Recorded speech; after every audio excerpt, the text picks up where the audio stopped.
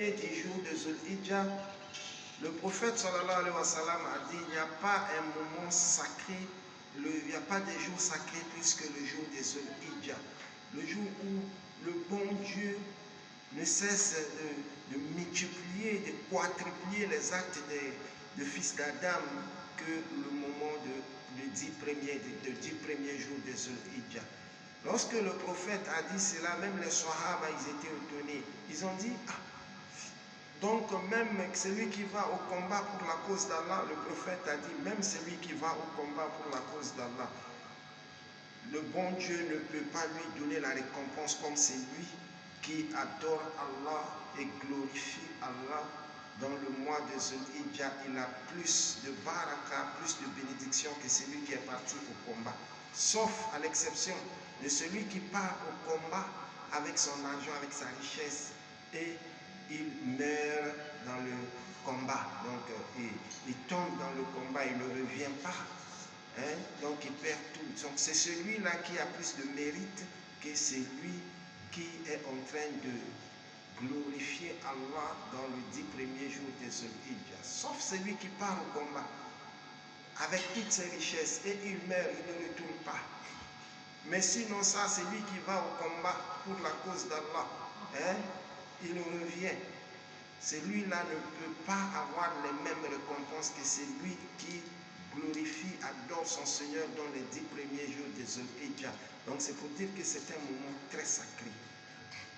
Donc par le Père et l'impère.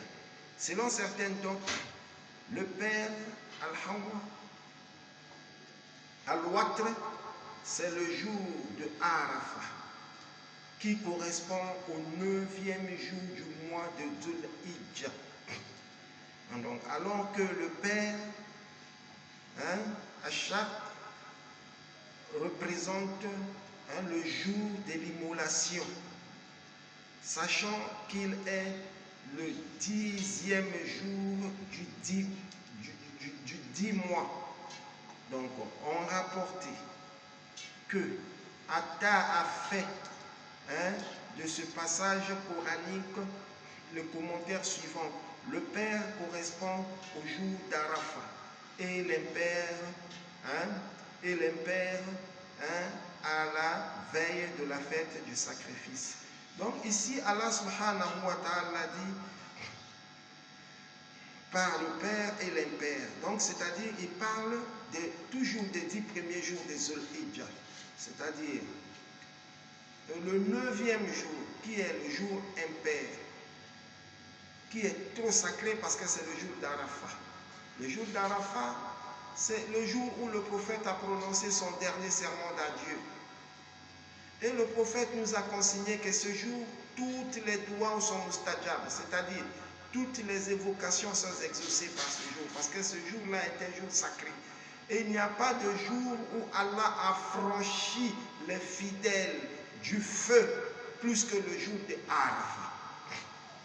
Il y a encore plus de commentaires pour ce jour, sur la colline de Arafat. On dit la colline de la miséricorde. Donc, sachant que ce jour-là est un jour très sacré, le jour où notre père Adam alayhi salatu wassalam et notre maman Hawa alayhi salatu wassalam se sont rencontrés dans le monde. Parce que quand ils sont descendus du paradis, ils étaient séparés, ils se cherchaient pendant 40 ans. Parce que notre père Adam est tombé dans une autre part, dans quelque part. Aïcha Kuyani, Hawa alayhi salatu wassalam, notre mère, elle aussi, elle est descendue quelque part. Donc, ils se sont restés pendant 40 ans en train de se chercher et ils se sont rencontrés le jour de Arafat à la colline de la miséricorde. Donc, le jour-là est un jour tellement sacré que le bon Dieu a franchi des gens de l'enfer. Il n'y a pas un jour que le bon Dieu a franchi les musulmans, les gens en l'enfer plus que le jour de Arafat. Voilà. Donc c'est pourquoi il parle de Père et l'impère. Donc l'impère, c'est le jour de Arafat. Le Père, c'est le jour de l'immolation, le jour de la fête. est un jour sacré que tous nous connaissons.